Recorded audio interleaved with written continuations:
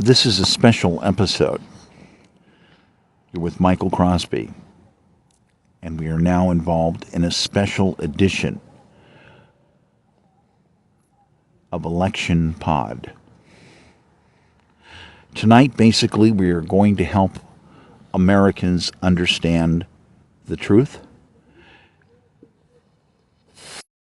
We're going to help them understand the tactical table.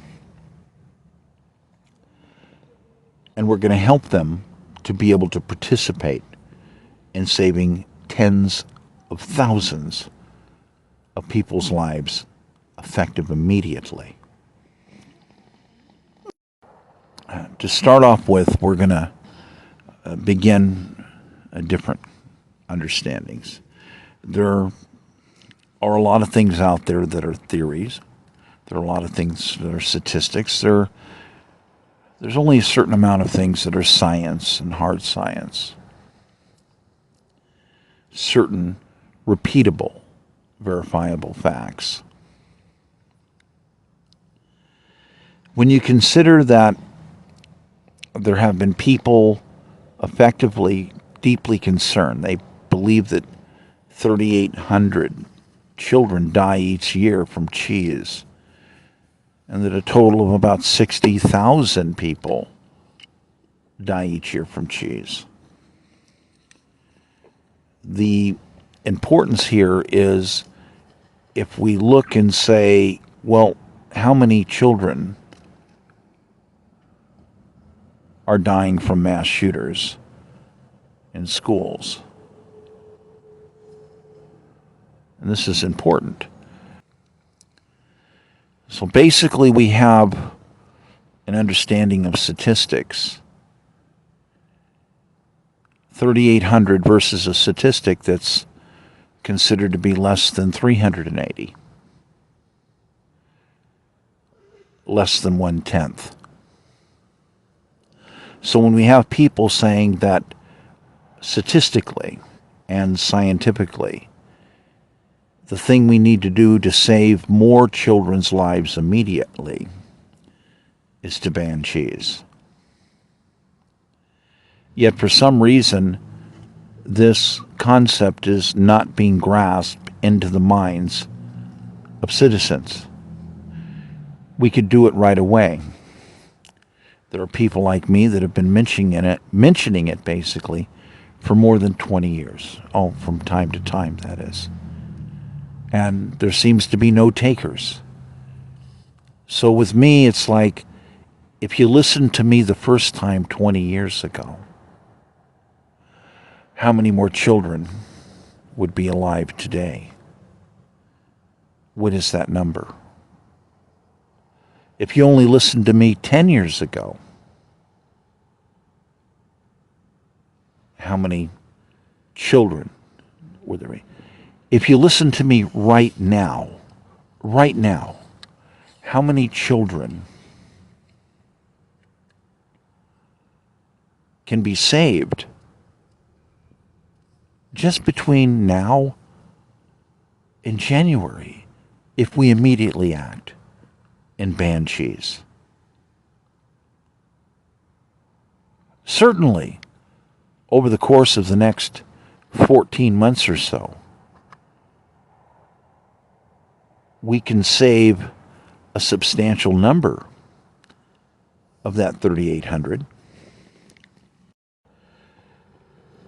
When we consider the importance of different types of legal determination, different types of scientific determinations,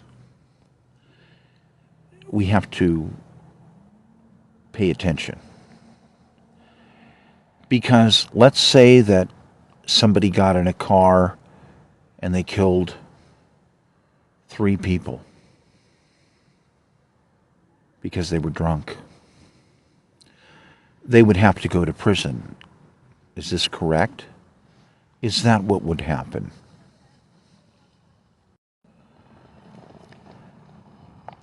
Let's continue to explore this area. It's very important. So if somebody took a gun and they went into a school and they murdered 5 people, that person definitely would have to go to prison. Statistically, that would be a guarantee pretty much of life in prison. But in some places, that would be a guaranteed death penalty. If we're looking at serial killers, mass murderers, when you get to the point where people have killed 10, 15, 20 people, some of those people are in prison for life. Some of them are being psychologically examined to get a better scientific understanding.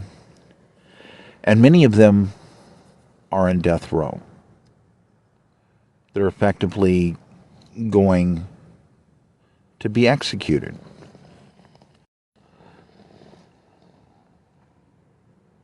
If we continue to evaluate, we have more determinations. What happens when you have people that kill 170 people? There are people that have been caught basically giving drugs to people in rest homes, in disability centers, and killing vast numbers of people. And these people, of course, are either spending life in prison, or they have already been executed, or they're going to be executed at some point in time. Effectively, you get to a certain point where the numbers of people that are murdered indicate an understanding that there's no longer a tolerance to say that somehow there's a possibility of these people being redeemed. And we do have these numbers.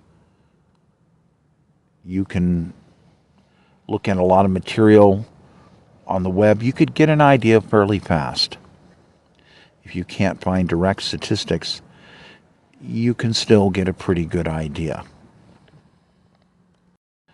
What about the logic of people who were taking care of people that decided that they were going to give them sugar, a placebo, because they wanted to deny them of their medication, either to save money or to kill them? So people died in large numbers. This has happened.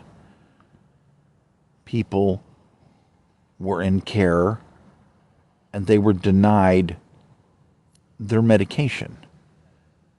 And in the same way that we have caretakers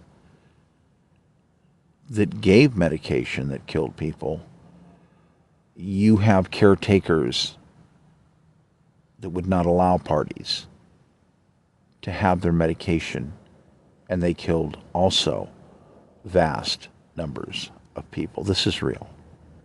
This has happened. Historically, this has happened a fairly long time. We had somebody that decided to put people on the tomato diet. Some of you might be able to access that and find more information on that. What's important here, if we continue to scale up different types of understanding, when you get to the point where people are committing an act, you have to establish, are they crazy?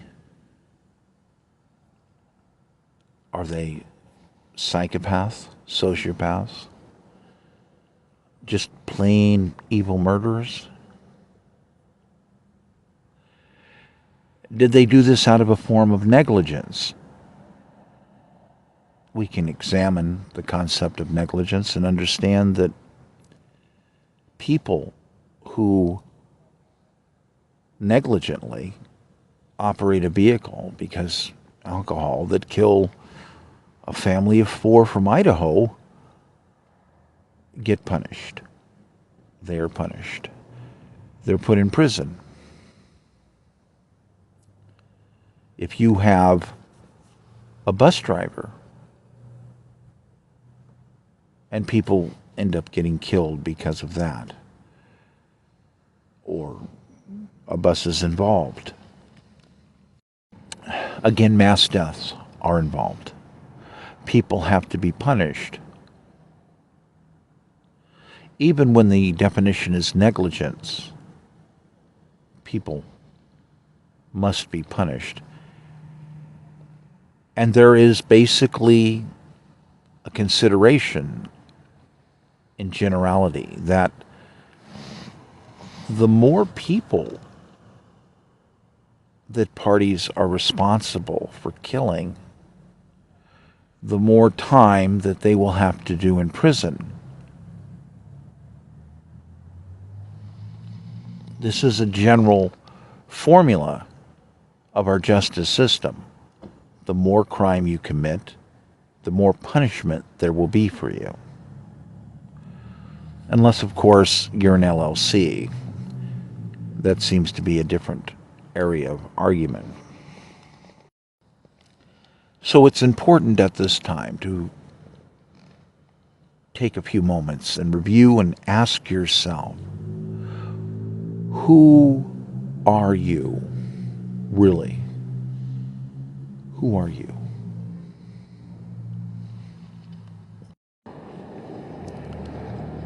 I'm going to continue now with a larger understanding, a larger situation. And we're going to have the opportunity here as citizens to participate and save tens of thousands of people's lives. We're going to pull out the calendar. If you don't have one, just imagine that you pretty much know what a calendar is. We're going to go back 20 years. And we're going to begin to understand a sequence of events. And the sequence of events is some people decided that they somehow had parental authority to deal with people that could not make their own decisions, to deal with people that were incompetent, to deal with people who had criminal intent. This is a very important area because we need to understand the truth. You need to understand the truth. It's very important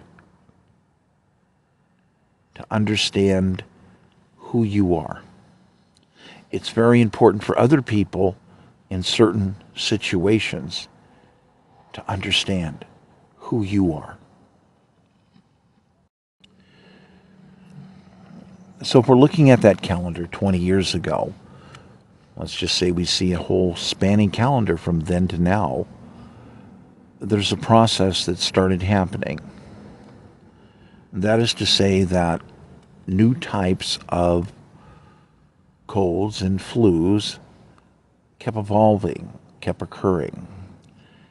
And something seemed to be continuing but different, a little different. Oh, in the past, you could look at the same type of calendaring and do comparative scientific analysis and say, yeah, new types of colds and flus appear, and people die, and along the way, these viruses keep mutating, and they seem to get worse and worse. Doctors have commented on this.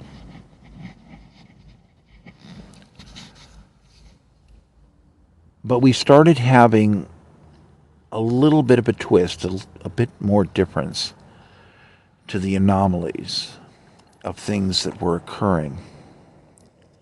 And what started happening, and this is very important, is to understand that people started having a problem getting a hold of the most effective cold relief medication. This basically meant that people would sneeze more, they would cough more, their symptoms would accelerate faster.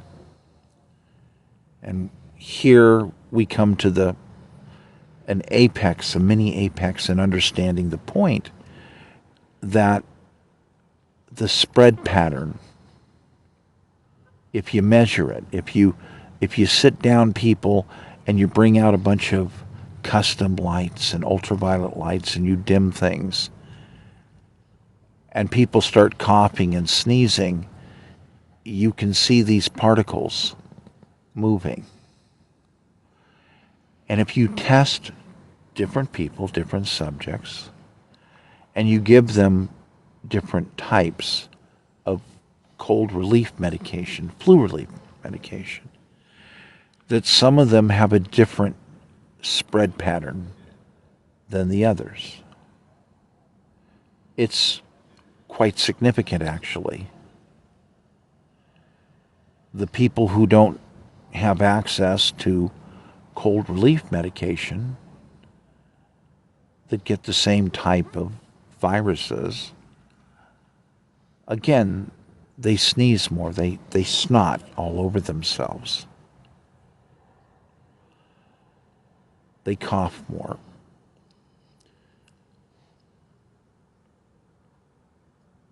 They spread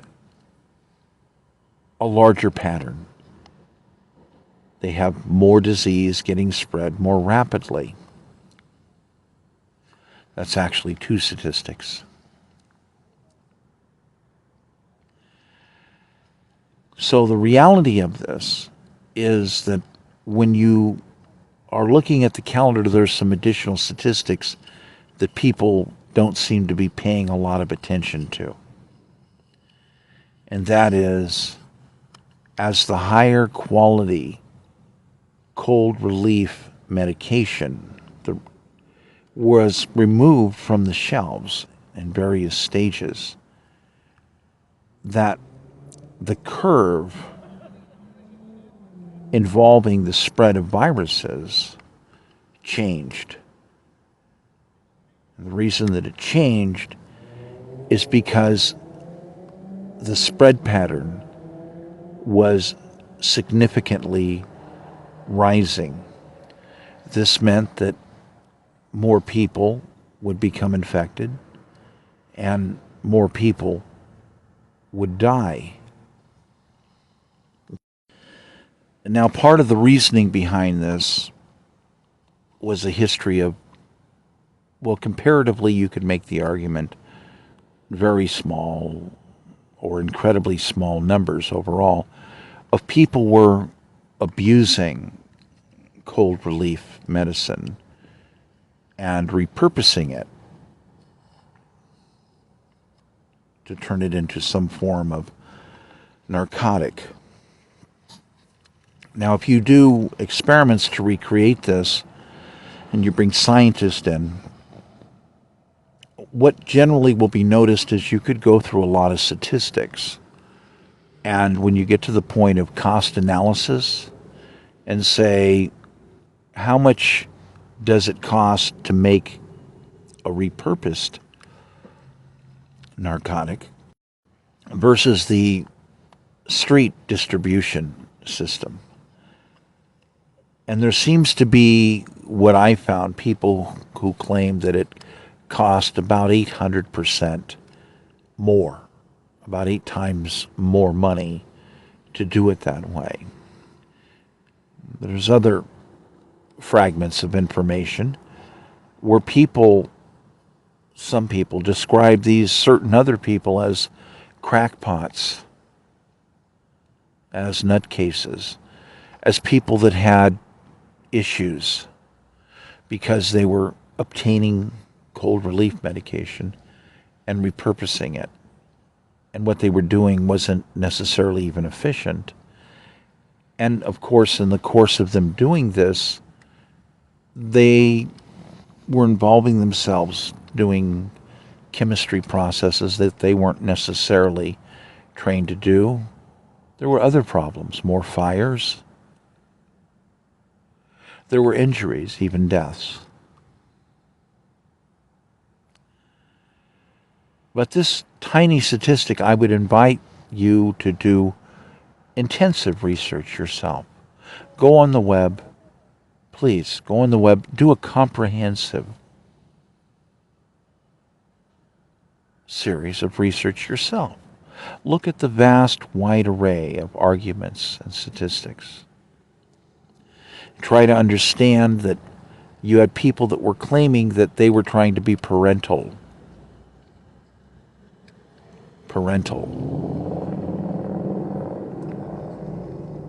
Sometimes the claims were even, well, we have to do this because we have to protect people from themselves. Because some people are not capable of making the proper decisions, therefore we have to arrest them for what they're doing and put them in jail. And then there were some changes, and many of these people would end up getting doctors. They would end up getting treatments because many felt and discovered that many of them, well, they really did have mental issues. So yes, these people were basically put into forms of programs with doctors. Sometimes people would be rearrested or given sentences, but there was an evolving of the way people would be treated. What's important here is that we need to do a better statistical analysis to come up and understand what happened. How significant was the spread pattern change? How many more extra people started dying? Was it 5? Was it 10? Was it 170 people? How many extra people per year were dying? We understand and we know that legally, that people who are denying people needed medication need to be removed from society. Their licenses would have to be taken away. Society would have to be protected from people who would say, we're deciding to put you on an all-tomato diet, including only using tomatoes as medication. And I'm one of those people, and I'm going to say it's pretty simple. It doesn't matter how you change the tomato diet and say, well, let's try the all-potato diet. That we're still looking at the same logic, the same problem, and yes, the same danger. So at this moment, we're coming up to another crossroads because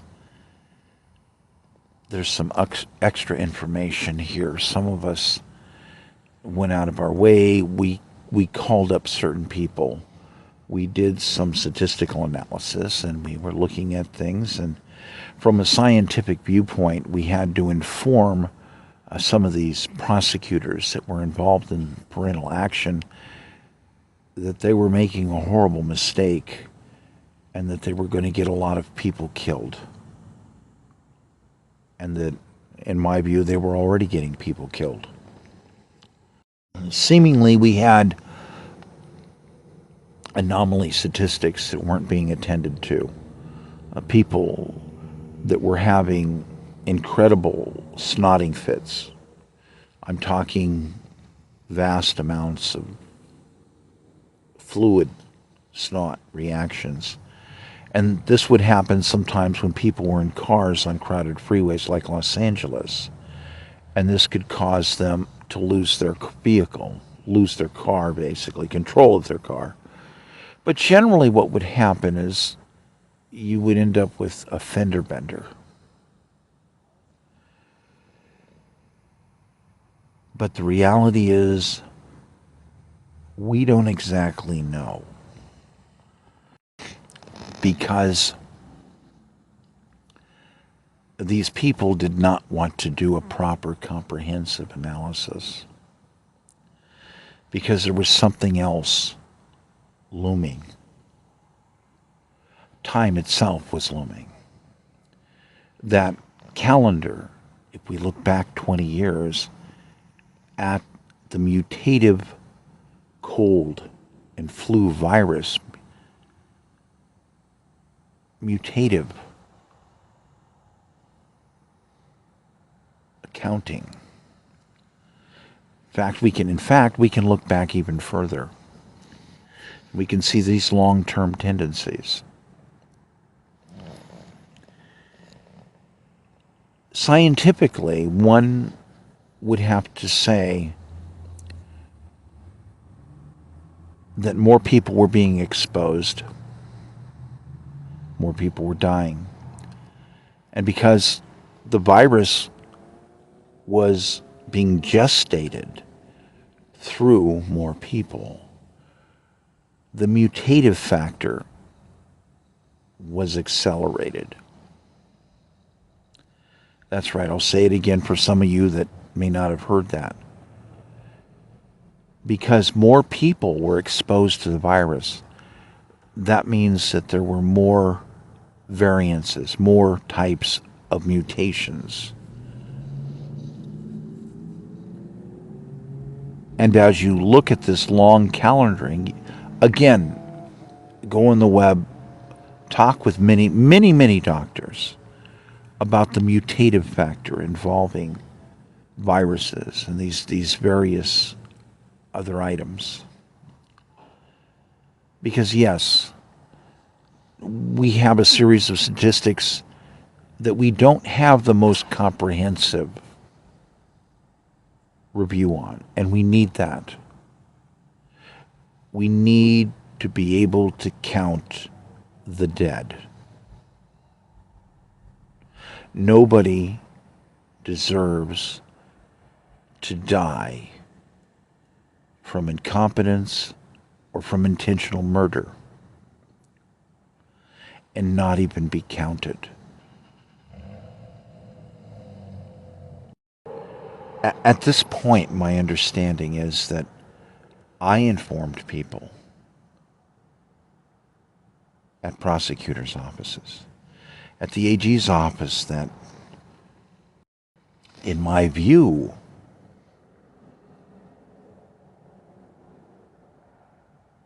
that people were dying and that diseases were mutating, and at any time we could get struck by a pandemic, and that this effective policy and this effective enforcement system was incompetent and would cause the deaths of tens of thousands, maybe millions of people. And that we immediately needed to address the situation from a true scientific standpoint, from a true, actual, valid, tactical table point, from a true parental point, and say that a few people who are crazy, that want to spend 800% more money repurposing cold medicine that they've snatched off the shelf somehow, and end up lighting themselves on fire because maybe they're crazy, that it would be wrong to let tens of thousands or millions of people die. The true parental decision here is to immediately restore the effective types of cold medication to over-the-counter status. Make them available. I spoke with other people that claimed that they had said similar things and that in their view they had questioned these people and that these people had not done proper scientific analysis. These prosecutors, especially at the high state level.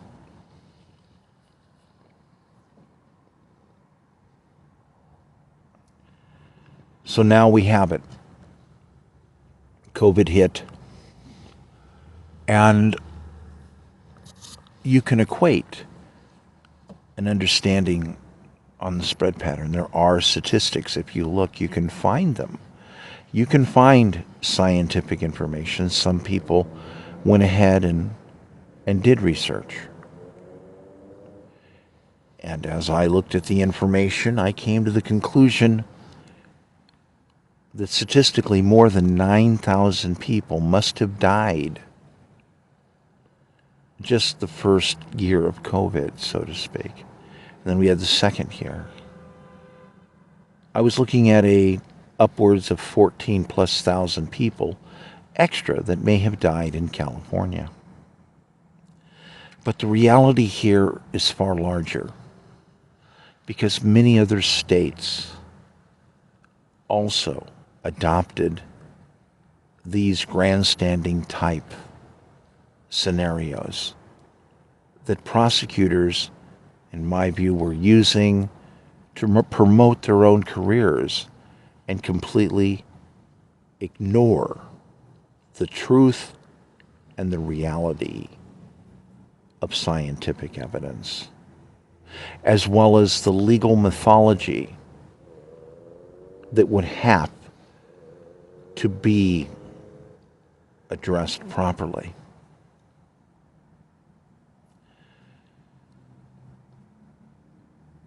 In my view, these people flatly refused to do proper scientific analysis, and it's fairly clear to most people. I talked to many people, many retired people, that were very upset that long-standing cold medicine that had basically been available to them throughout their entire life was removed from the shelves, and they could not get access to it. They thought this whole thing was lunacy.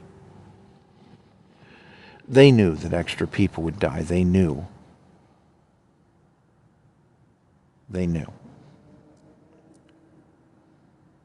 Common sense, basically. So now we have an equative understanding where, as I researched again, it would seem that more than 60,000 people have died since basically 2019 to the present. That's comparable to Vietnam. I want you to think for a moment about all those bodies that would come home night after night from Vietnam. I want you to think about the right of people to be counted that, in my view, have been murdered. Because parties were told, and they refused.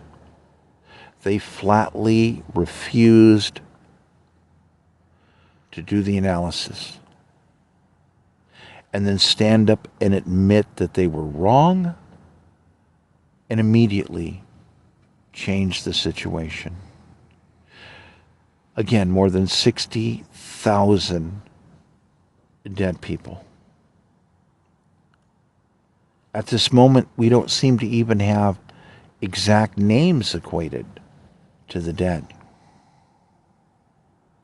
We have raw statistics that are undeniable because a pandemic points out things on a far more amplified, a larger scale, where it's simply just undeniable how many extra people died because somebody did something. They removed cold relief medicine from people who needed access to it. It's the same as those people who kept people locked away,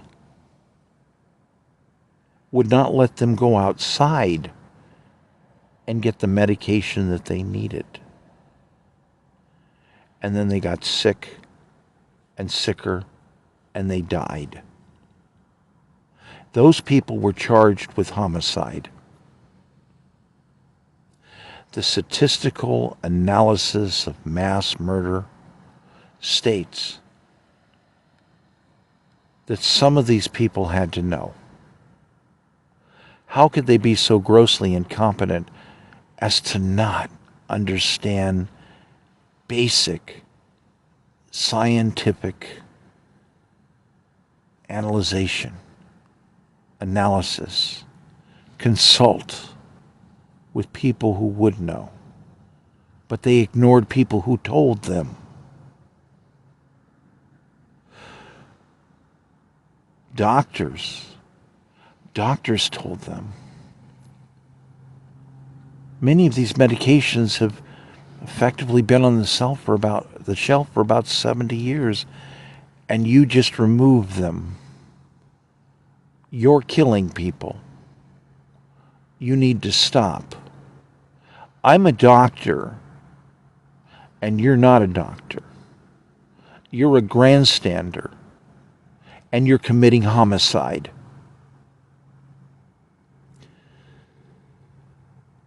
So now we're at that review point in time.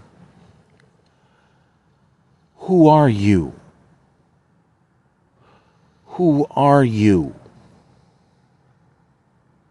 As a voter, who are you?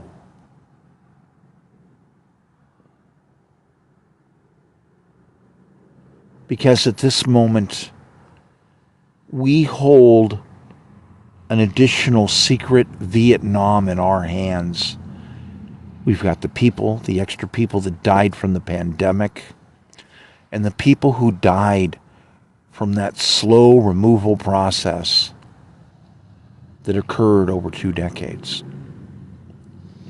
Some would argue in some places it was even further back than that there were actually even other effective medications that would even boost your immune system. And these had all been removed. And now, at this moment, who are you? Because in front of you is another calendar we haven't got to yet. And another one, and another one, and another one. You can stop another secret Vietnam from happening if you stand up today and you use your brain. Maybe you need help with the dollar calculator to work some of these numbers. Go on the web, research items. Consult with many doctors.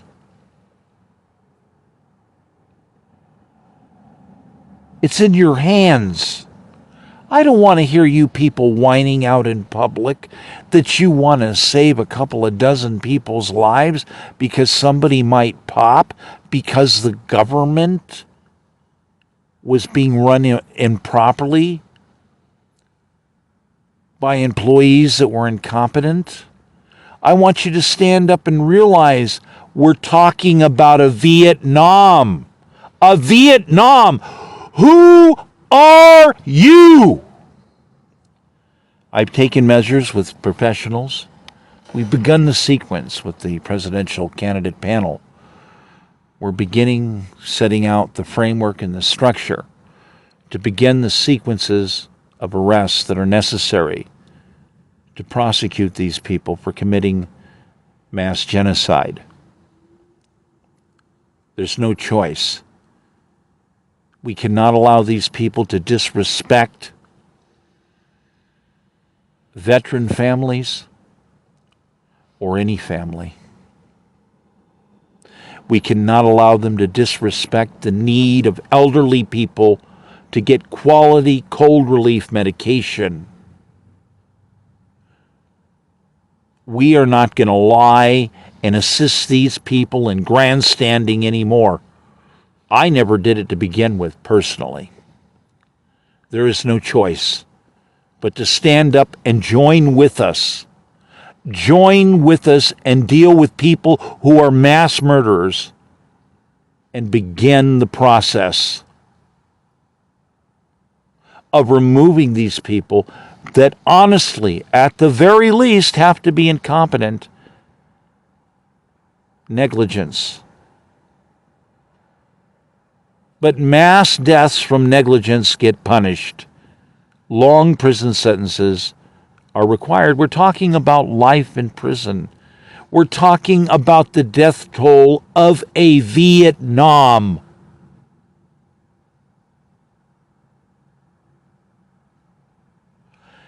And as it progressed from beginning with small numbers, remember how this started. There were small numbers, and they lied. They hid, they lied, and the numbers grew, and the numbers grew, and the numbers grew, just like that woman that put those people on the tomato diet. Just like those maniacs. We have to be parental and save our society from more upcoming Vietnams. We have it in our hand to do this right now.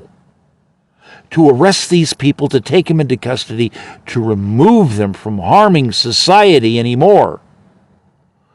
Congress can act immediately and order the restoration of all cold remedy medicine to be restored to the shelves. We can do this. Who are you? Who are you? That concludes our special presentation. My name is Michael Crosby, and yes, I am a candidate for POTUS. And at the moment, I think many of you felt that there was a lot of information out there that would seem to indicate that it's inevitable that Mr. Trump is going to go to prison. But I bring to you on the table that there's too much information. There's a lot of crossover information that some of us who are archivers have run into as well. There are many other arguments that need to be addressed that haven't been addressed. Violence against me, attempted assassinations. I have shared for 2 years on X the violence, the broken glass, the loss of vehicles, the burglaries, the stealing of classified information that has occurred, the dereliction of duty, the blacklisting by Julie Sue, the blacklisting by Shirley Weber, by the current AG's office. And yes, there are also sequences involving dereliction of duty that directly go right back to Kamala Harris. Arkansas investigated. They came to these conclusions that it was definitive, that officers were harassing an archiver, and California assisted and aided and abetted repeatedly in blocking prosecutions and refusing their duty to participate in protecting the Constitution of the United States, refusing to protect the process of elections, refusing to protect archivers. This has, of course, led to more damage, the theft and destruction of many archival items, artifacts, older than the Constitution of the United States. Yet the Constitution is specific. Anybody who causes damage to an archive, the loss of artifacts, who attacks other candidates, attacks candidates' incomes, who is in dereliction of duty in crisis, who is in dereliction of duty, respective to protecting archivers, respective to protecting the process of election. These are areas that have laws that add up, that come with a mandatory death penalty. I urge you to immediately read the Constitution of the United States and understand my position and how important it is to more rapidly get these teams assembled, get this framework finished up, and begin the sequence to arrest these parties, remove them from our society, and see that many of them get punished. And yes, our Constitution does have a strictness, and many of them will face the death penalty. Among these people on the list that have to immediately be arrested and disqualified from elections is also Kamala Harris. I ask again, who are you? Everybody's being recorded on SAR satellite in full 3D. Who are you? Who are you? As people shoot at me, as they break in, as there's been 18 mobile archive broadcast vehicles lost? Who are you? As all of this has been recorded on SAR, and it's connected to these people? Julie Sue, Shirley Weber, the current AG, Kamala Harris. Who are you? You've all been recorded. Your actions showing your inaction are dereliction of duty. Voters, who are you? Who are you?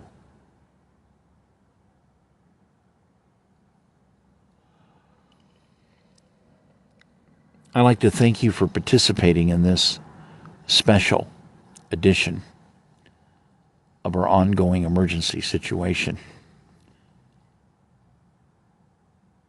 My name is Michael Crosby, and I'm a candidate for POTUS.